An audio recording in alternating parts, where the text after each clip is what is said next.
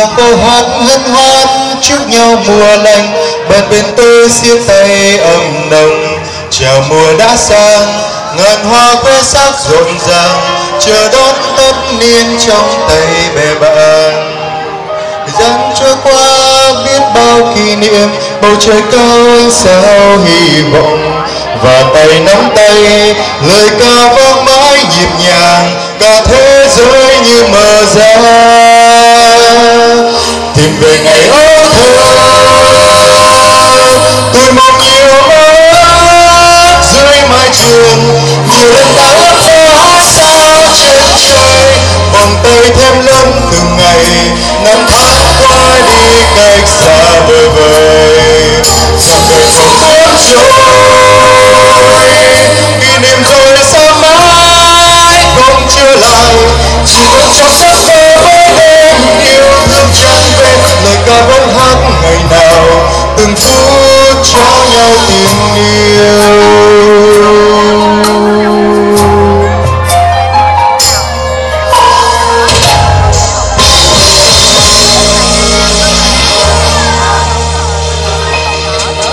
Và câu hát hân hoan chúc nhau mùa lành, bạn bên tôi xiết tay ấm nồng, chào mùa đã sang, ngàn hoa khoe sắc rộn ràng, chờ đón tất niên trong tay bè bạn. Thời gian trôi qua yêu thương biết bao kỷ niệm, bầu trời cao ánh sao hy vọng, và tay nắm tay lời ca vang mãi nhịp nhàng, cả thế giới như mở ra tìm về ngày ấu thơ.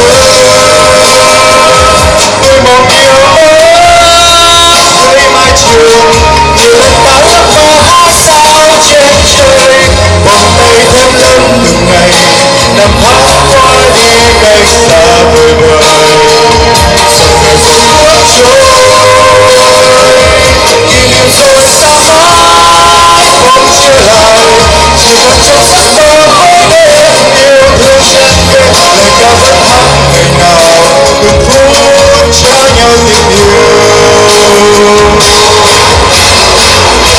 qua đi giây phút quanh năm vườn xa, trong tim ta bao la thấm nhuần lệ rơi, mãi mãi sẽ còn lại yêu dấu ta ngày bên nhau, tìm về ngày ấu thơ.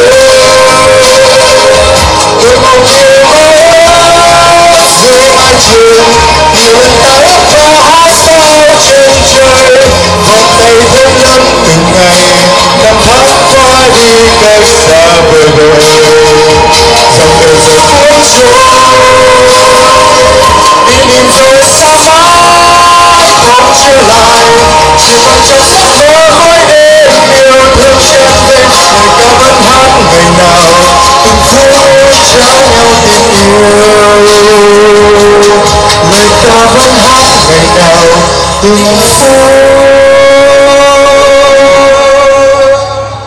cho nhau tình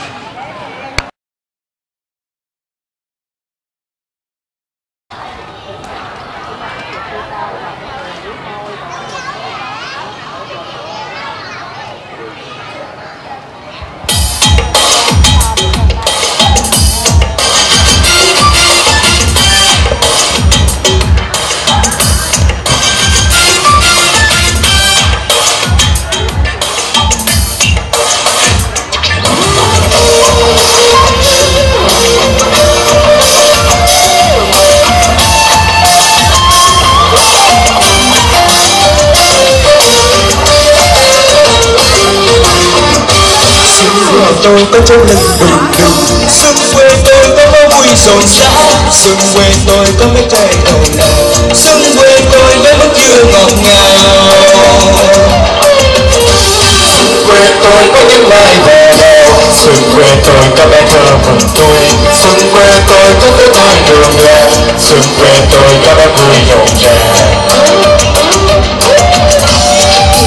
Ôi đang chờ ngày tới, chào cho xuân tươi cười rạng rỡ, xuân thái hòa nâng trời yên vui. Trong xinh xinh dáng hoa ô hay hay đến cái vui mừng đó. Sang năm sau chúng ta duyên tuổi mình, anh đưa vào hôm mai xin hỏi nàng. Anh ơi anh tính gì chuyện mình, mang qua em 800 con gà trâu. Anh hôm nay mắt dưới không dột ngào, sang năm sau mới tính duyên tình mình.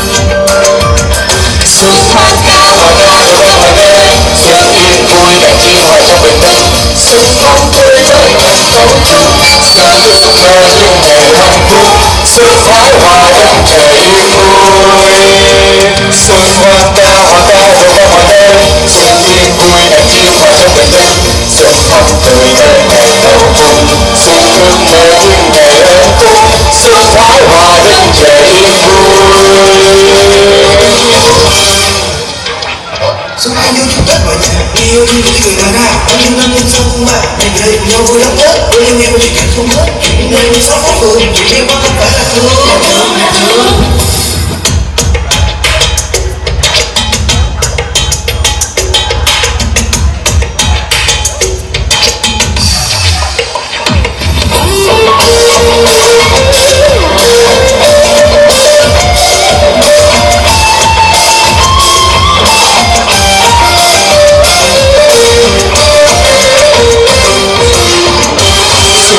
Tôi có trong linh đùng đùng, xuân quê tôi có vui rộn rã, xuân quê tôi có bánh cưng nồng nồng, xuân quê tôi có nước thơ ngọt ngào. Xuân quê tôi có đến mai cùng đào, xuân quê tôi có bé thơ mừng tôi, xuân quê tôi có cái treo đầu đàn, xuân quê tôi có cái vui rộn ràng. Từ ngàn bao đang chờ ngày mới, chào là xuân tươi cười rạng rỡ, xuân thái hòa đất trời yên vui. Trong xinh xinh dáng áo hoa màu hồng ô hay hay đám cưới vui mừng đó. Qua năm sau chắc phải duyên tuổi mình, anh đưa sang bé mai xin hỏi nàng. Anh ơi anh tính chi chuyện mình, mang qua em 800 con gà trâu. Anh năm nay bánh mốt không tuổi chè, sang năm sau mới tính duyên tình mình. Xuân hoa ca đôi bên ngoài đê, xuân yên vui đàn chim hòa trong bình minh, xuân thắm tươi đời ngày đầu tuần, xuân ước mơ những ngày hạnh phúc, xuân thái hòa đất trời yên vui. Xuân hoa ca đôi bên ngoài đê, xuân yên vui đàn chim hòa trong bình minh, xuân thắm tươi đời ngày đầu tuần, xuân ước mơ những ngày hạnh phúc, xuân thái hòa đất trời yên vui.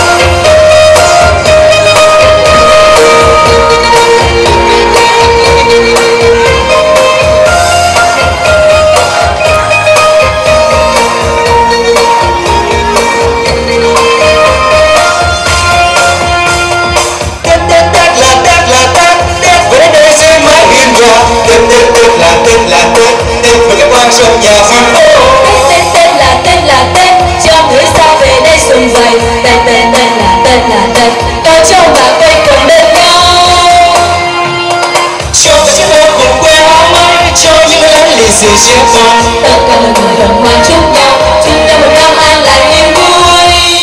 khoe áo mới cho những người lớn lì xì trẻ con Tất cả mọi người đồng hòa chúc nhau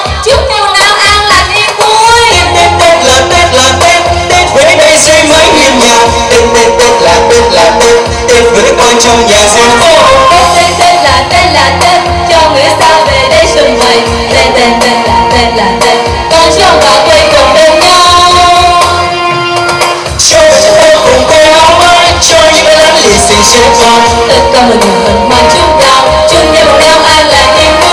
cho những chiếc thơ cùng khoe áo mới cho những người lính lịch sử sẽ có tất cả mọi người hân hoan chúc nhau một năm an lành niềm vui.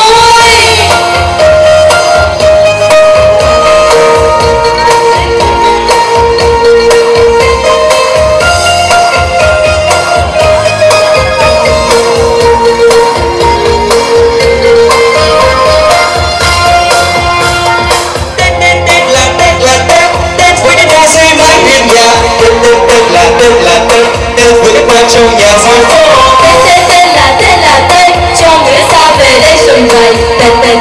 Tên là con trong bà quay quần bên nhau. cho chiếc thơ cùng khoe áo mới cho những người lính lịch sử sẽ có tất cả mọi người hân hoan chúc nhau một năm an lành niềm vui. cho chiếc thơ cùng khoe áo mới cho những người lính lịch sử sẽ có tất cả mọi người hân hoan chúc nhau một năm an lành niềm vui. cho chiếc thơ cùng khoe áo mới cho những người lính lịch sử sẽ có tất cả mọi người hân hoan chúc nhau một năm an lành niềm vui.